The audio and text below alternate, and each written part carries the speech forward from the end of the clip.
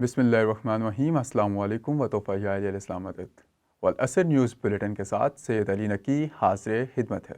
فرقہ وارانہ، لسانی اور گروہی پلیٹ فارم سے عملی سیاست پر پابندی عائد کی جائے، ذوالفقار علی راجہ۔ علامہ علی عرفان آبدی سندھ، مختوم ظفر Abbas Naqvi T N F جے پولیٹیکل سیل پنجاب کے صوبائی چیئرمین نامزد۔ بلوچستان، آزاد کشمیر اور گلگت بلتستان میں بھی پولیٹیکل سیل کے صوبائی چیئرمین جلد مقرر کیے جائیں گے۔ تفصیل اس رپورٹ میں۔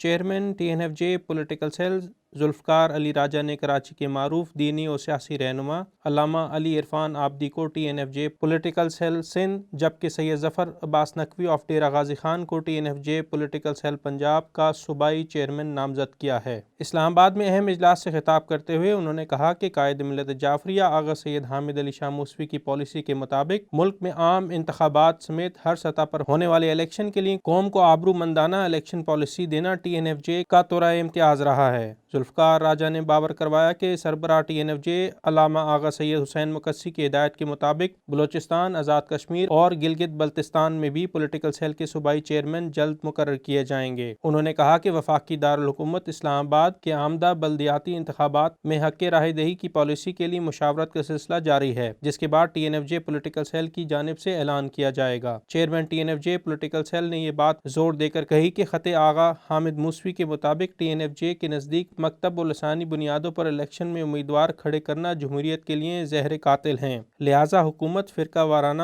لسانی اور مکتبی پلیٹ فارم سے الیکشن میں حصہ لینے پر پابندی عائد کرے۔ شہادت حضرت فاطمہ کی مناسبت سے 13 جمادی الاول تا 3 جمادی الثانی عالمی عزائے فاطمیہ کے پروگراموں کا سلسلہ جاری ہے۔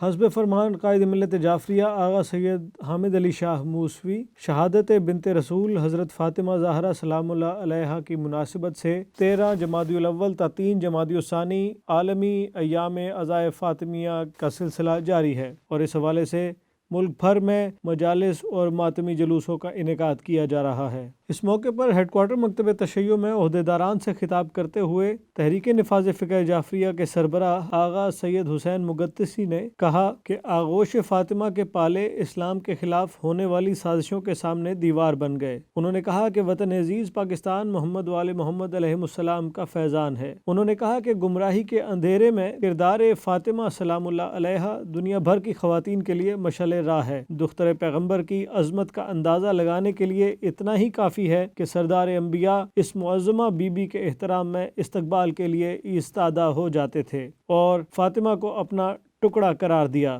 جس سے ثابت ہوتا ہے کہ حضرت زہرا سلام اللہ علیہا شریک کار رسالت ہیں، جن کے بغیر طبقہ نسواں کی ہدایت و رہبری کا باب مکمل نہیں ہوتا۔ انہوں نے کہا کہ خاتون جنت حضرت فاطمہ زہرا سلام اللہ علیہا جلوہ نمائے شمع حقیقت اور آئینہ کمال نبوت ہیں، جن کی عصمت و طہارت پر قرآن گواہ ہے۔ انہوں نے کہا کہ جگر گوشہ رسول حضرت فاطمہ زہرا سلام اللہ علیہا نے شریک کار رسالت ہونے کے ناطے طبقہ نسواں کے لیے ہدایت و رہبری کا باب رقم کیا، جس کی عملی پیروی کر کے دنیا بھر کی خواتین دنیا و آخرت میں عرفہ و اعلیٰ مقام اور نجات حاصل کر سکتی ہیں۔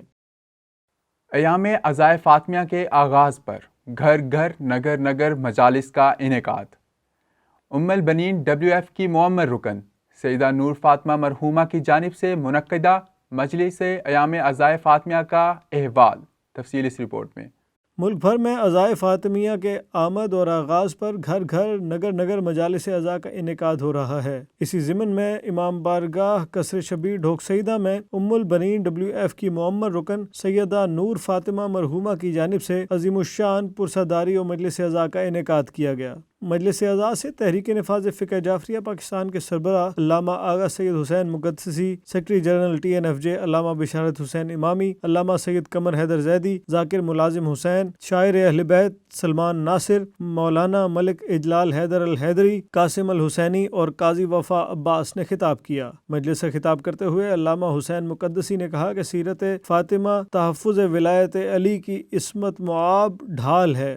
آقا مقدسی نے کہا کہ جس دروازے پر فرشتے اجازت طلب کرتے تھے امت نے اسی دروازے کی حرمت پامال کی۔ انہوں نے واضح کیا کہ قائد ملت جعفریہ آغا سید حامد علی شاہ موسوی نے شہادت فاطمہ زہرا کی اہمیت اجاگر کرتے ہوئے سیدہ سلام اللہ علیہا کی شہادت کو عاشورہ کی طرح غمناک و المناک قرار دیا ہے۔ علامہ بشارت امامی نے اپنے خطاب میں کہا کہ طبقہ نسواں سیرت فاطمہ کی روشنی میں اپنی عاقبت سنوار سکتا ہے۔ علامہ سید قمر حیدر زیدی نے کہا کہ مقدرات عصمت کی سیرت پر عمل کر کے خواتین عالم اپنا وقار بلند کر سکتی ہیں۔ مجلس کے اختتام پر اجتماعی دعا کی تقریب منعقد ہوئی جس میں علامہ سید ثقلین بخاری، علامہ سید شبیہ الحسن کاظمی، علامہ زاہد مجلسی نے دعاؤں کی تلاوت کی۔ اجتماعی دعا میں ملک و قوم اور عالم اسلام کی سربلندی کے لیے خصوصی دعائیں کی گئیں۔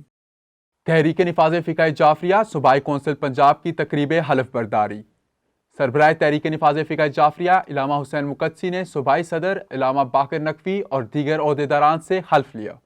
تحریک نفاذ فقہ جعفریہ صوبائی کونسل پنجاب کے سرکردہ عہدیداران نے اپنے عہدوں کا حلف اٹھا لیا۔ تحریک کے سربراہ علامہ آغا سید حسین مقدسی نے ہیڈ کوارٹر مکتب تشیع میں ہونے والی خصوصی تقریب میں حلف لیا۔ حلف اٹھانے والوں میں صوبائی صدر علامہ سید باقر علی نقوی، نائب صدر علامہ علی شیبہ انصاری، جنرل سیکرٹری سید وجیہ الحسن کاظمی اور سیکرٹری اطلاع سید ناصر کاظمی شامل تھے۔ یہاں یہ امر قابل ذکر ہے کہ صوبائی کابینہ میں شامل ہونے والے صوبائی صدر علامہ باقر علی نقوی خطیب و ادیب ہیں، جبکہ نائب صدر علامہ علی شیبہ انصاری فاتح ٹیکسلا علامہ محمد بشیر انصاری آل اللہ مقاموں کے پوتے ہیں۔ تمام عہدیداران نے اس عزم کا اظہار کیا کہ وہ مشن ولا و عزا و حرمت سادات، احترام مرجعیت اور مرکزیت کے فروغ و پاسداری کے لیے اپنی تمام تر توانائیاں بروئے کار لائیں گے۔ تقریب میں علماء کرام، TNFJ کے مرکزی نائب صدور آغا سید مرتضیٰ موسوی ایڈوکیٹ، آغا سید روح العباس موسوی ایڈوکیٹ، بابا سید فرزند علی شاہ کاظمی، سیکرٹری جنرل علامہ بشارت حسین امامی، سرپرست اعلیٰ مختار فورس پاکستان سردار سید عبادت حسین شاہ سمیت مرکزی عہدیداران اور ذیلی شعبہ جات کے سربراہان نے شرکت کی۔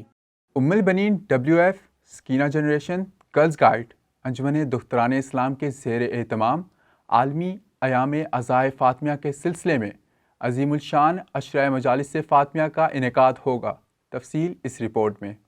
مخدومہ کونین دختر رسول جناب سیدہ فاطمہ زہرا سلام اللہ علیہا کی شہادت کی مناسبت سے قائد ملت جعفریہ آغا سید حامد علی شاہ موسوی کے اعلان کردہ 13 جمادی الاول تا 3 جمادی الثانی عالمی ایام عزائے حسینی کے مطابق خواتین کا عشرہ مجالس عزا کا انعقاد Umm ul-Banin WF Sakina generation girls guide Anjuman Dukhtaran Islam کے زیر اہتمام امام بارگاہ جامعۃ المرتضیٰ G94 اسلام آباد میں جمعرات 22 دسمبر سے روزانہ دن 2 بجے ہوگا۔ مجالس عزا سے نامور ذاکرات اور حدیث خواں خطاب کریں گی، جبکہ اس سلسلے کی اختتامی مجلس 3 جمادی الثانی کے روز صبح 10 بجے منعقد ہوگی، جس سے مفکرہ اسلام سیدہ بنت علی موسوی خطاب کریں گی۔ مجلس کے اختتام پر تابوت جناب سیدہ فاطمہ زہرا سلام اللہ علیہا برآمد کیا جائے گا اور مختلف ماتمی سنگتیں ماتمداری و پرساداری میں حصہ لیں گی۔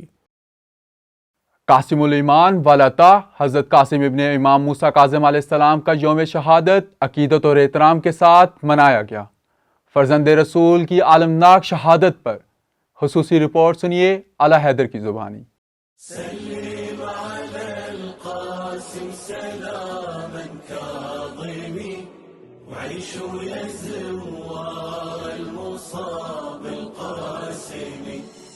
عراق، پاکستان اور ایران سمیت پوری دنیا میں حضرت امام موسیٰ کاظم علیہ السلام کے مظلوم، مسموم اور غریب الوطن فرزند حضرت قاسم کا یوم شہادت 22 جمادی الاول کو عقیدت و احترام کے ساتھ منایا گیا۔ یہ بھی بتاتے چلیں کہ عالم ربانی قائد ملت جعفریہ آغا سید حامد علی شاہ موسوی کی خصوصی رہنمائی کے تحت یہ رپورٹ والعصر نیوز کی جانب سے پیش کی جا رہی ہے، جن کی یہ خصوصی ہدایت تھی کہ حضرت زہرا کی اس اولاد کی عظمت اور قربانیوں کو عوام کے سامنے لانے میں کوئی دقیقہ فروگزاشت نہ کیا جائے، جو دین مصطفیٰ کی تبلیغ اور تحفظ و بقا کی خاطر دنیا کے کونے کونے میں ظلم و ستم کا نشانہ بنی، جنہوں نے اپنا سب کچھ مٹا دیا لیکن دین کی لاج بچا لی۔ حضرت امام موسیٰ کاظم کی اولاد میں ان کے بیٹے جناب قاسم علیہ السلام کو بہت ہی بلند مقام و مرتبہ کے مالک تھے، اور ان کی جلالت و عظمت کو جاننے کے لیے صرف یہی روایت کافی ہے جو شیخ کلینی نے اپنی کتاب کافی میں ذکر کی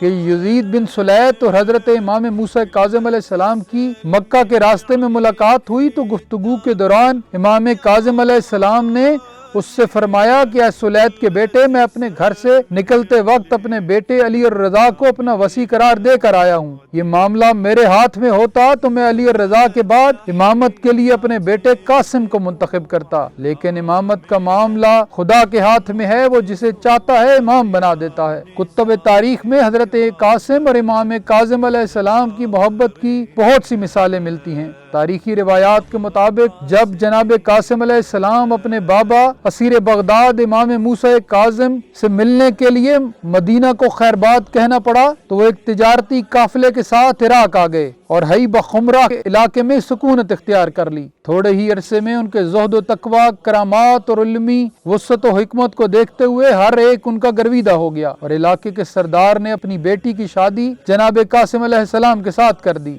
اور جس سے اللہ نے انہیں ایک بیٹی سے نوازا۔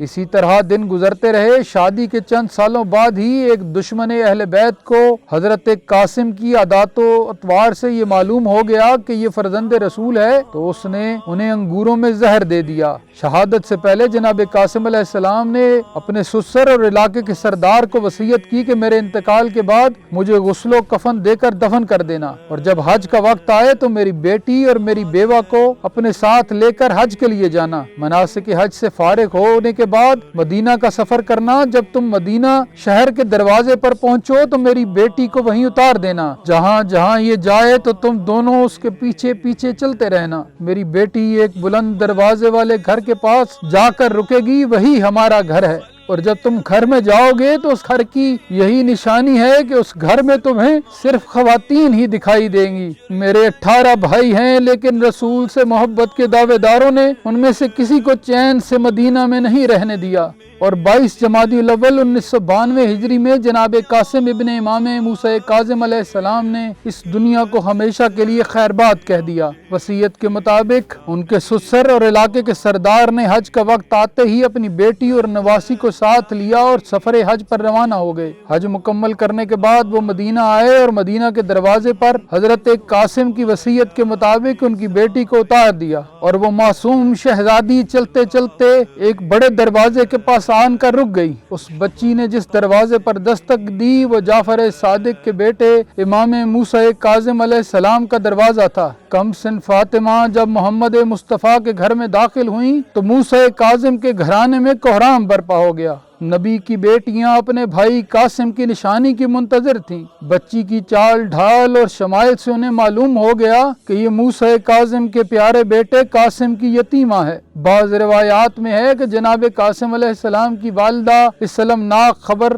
سنتے ہی بیمار ہو گئیں اور 3 دن کے بعد ان کا انتقال ہو گیا۔ جس قاسم کی ماں اس کی شہادت کی تاب نہ لا سکی اور جس کی بیٹی اپنے بابا کے مزار پر قیام بھی نہ کر سکی، اس حضرت قاسم کا مزار آج اپنے بابا کے مزار کاظمین کی طرح ہلہ میں مرجع خلائق ہے۔ موسیٰ کاظم کا بیٹا بھی اپنے بابا کی طرح نہ صرف خالی جھولیاں بھرتا ہے بلکہ لاتعداد انسانوں کو ایمان کی دولت بھی اس مرکز سے حاصل ہو رہی ہے۔ اسی لیے دنیا انہیں ایمان بانٹنے اور مرادیں پوری کرنے کے سبب قاسم الایمان والعطا کے نام سے جانتی ہے۔ اسلام کی پوری تاریخ گواہ ہے کہ نبی کی محرومہ و مظلومہ بیٹی حضرت فاطمہ زہرا سلام اللہ علیہ کی اولاد ہمیشہ ظالم اور جابر حکومتوں کے خلاف قیام کر کے اسلام کا دفاع کرتی رہی۔ انہوں نے تکلیفیں اٹھائیں، توہین سنی، دیواروں میں چنوائے گئے، ان سب کے سر قلم ہوئے، ان کا قتل عام کیا گیا، انہوں نے اپنی جانیں قربان کر ڈالی، زہر کے جام پیے، لیکن کسی ظالم، جابر اور اقتدار اور ہوس کے پجاری کو اسلامی تعلیمات پامال کرنے کی اجازت نہ دی۔ طاقت کے خمار میں مبتلا ظالم اپنی پوری قوت کے باوجود اسلام کی فصیل بنی خون کی ان لکیروں کو عبور کرنے میں ناکام رہے جو اولاد فاطمہ کی گردنوں اور لبوں سے بہتی رہیں۔ ہر کلمہ گو، ہر غیرت مند اور حق کا پرستار ان قربانیوں کو سلام پیش کرتا رہے گا۔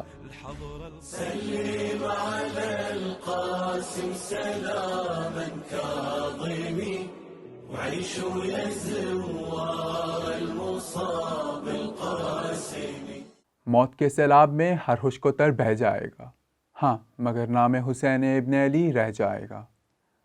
راولپنڈی ریجن کے ناظم الامور علامہ سید مطلوب تقی کی اہلیہ انتقال کر گئیں. تفصیل اس رپورٹ میں.